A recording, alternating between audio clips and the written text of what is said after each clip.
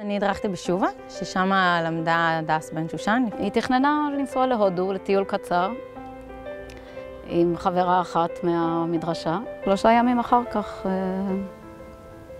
הדס נהרגה שם בדרום-סהלה. אני חושבת שהדס נכנסה חזק מאוד לעניין הזה של ליווי קלות. מאוד מהר הגענו לרעיון שהדרך הטובה ביותר לזכור אותה ולשמר או ללכת עם הרוח שלה, זה מקום שישמח קלות. שהחיינו וקימנו והגענו לזמן הזה. אני והבן זוג שלי היינו ביחד 6 שנים. רצינו חתונה קטנה, משהו אינטימי, רגוע כזה.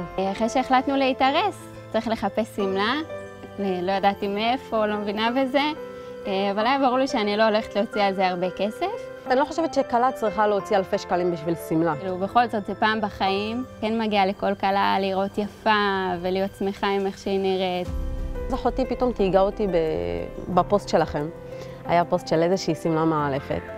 אני אגיד את האמת, אני הייתי קצת סקפטית, כי אני לא מכירה, ואני לא יודעת בדרך כלל, יודעת שאומרים גמח, זה לא כזה נשמע טוב. למעט השורה התחתונה שפתאום הן מגלות שהן לא משלמות את הסכומים המטורפים, הן לא זוכרות לרגע שהן נמצאות במקום שהוא לא סטודיו מפורסם שלוקח עשרות אלפי שקלים. קיצור, תוך שעה יצאתי עם סמלה.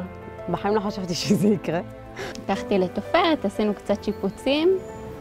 זהו, יצאה מושלמת. ואז אמרתי, בונה, זה סמלה מאלפת, כאילו, לא חייב ללכת ולהוציא אלפי שקלים בשביל סמלה.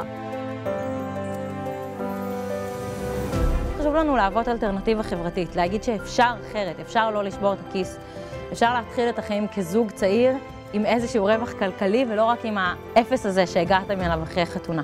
זה נותן את האפשרות בעצם לכל אחד שרוצה. לבוא ולבחור את הסמלה שלה, ובלי להשתגע. כל כלה יכולה להגיע. אנחנו לא שואלות שום שאלה, לא למה באת ולא מה הסיפור שלך. האנשים ממש עפו על הסמלה, אז אני שמחה, זה עשה לי חוויה טובה. זה מקום שאוהב קלות, שרוצה שקלות יגשימו את החלום שלהם, יגיעו שלבות ושמחות ליום החתונה שלהם. חלום של כל אישה, אני חושבת. וב6 השנים האלה שירתנו כ200 קלות, אבל אנחנו יודעות מהצורך שהצורך גדול יותר, ואנחנו יודעות מהיכולות שלנו שהן רבות יותר.